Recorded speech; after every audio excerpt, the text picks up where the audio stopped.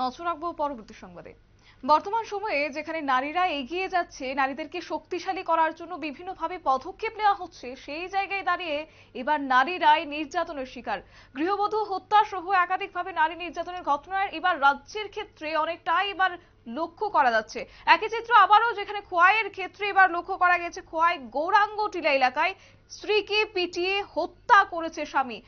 স্বামী মৃত গৃহবধূর নাম প্রতিমা নাথ চৌধুরী, তবে অভিযুক্ত স্বামীর নাম প্রদীপ নাথ চৌধুরী। তবে বর্তমানে কল্যাণপুর থানায় আটক করা হয়েছে অভিযুক্ত স্বামীকে। গোটা বিষয় সম্পর্কে বিস্তারিত কি রয়েছে শুনবো। গতকালকে রাত্র আনুমানিক 2:15 দিকে দেয়া কল্যাণপুর পিএস থেকে ফোন করছে যে আপনার মেয়ে, হ্যাঁ আমার ভাইয়ের কাছে ফোন করছে, আপনার মেয়ে এই ঘটনা হয়েছে, মানে আক্রমণ করছে জামাইয়ে। তো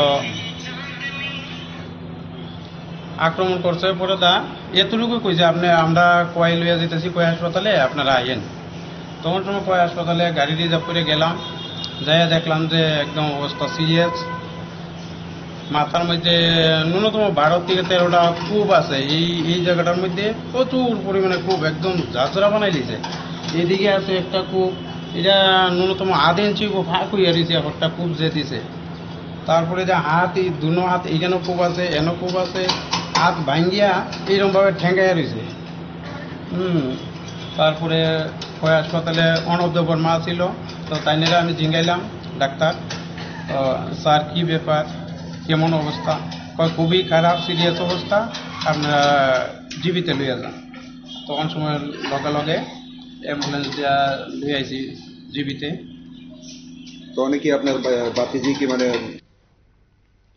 আপনারা শুনলেন তাদের পরিবারের বক্তব্য। তবে গতকাল রাত আনুমানিক 2টা নাগাদ পরিবারকে খবর দেওয়া হয়েছে। তবে পরবর্তী সময় পরিবারের লোক এসে দেখতে পায় তাদের সন্তান অর্থাৎ মৃত গৃহবধূকে একেবারে মারধরের আক্রান্তের ঘটনা এতটাই তীব্রতা ছিল যে পরবর্তী সময় তাকে চিকিৎসা করাতে নিয়ে গেলেও পরবর্তী সময়ে সে মৃত্যুর কোলে ঢলে পড়ে, এমনটাই অভিযোগ তুলেছে আজ পরিবারের পক্ষ থেকে।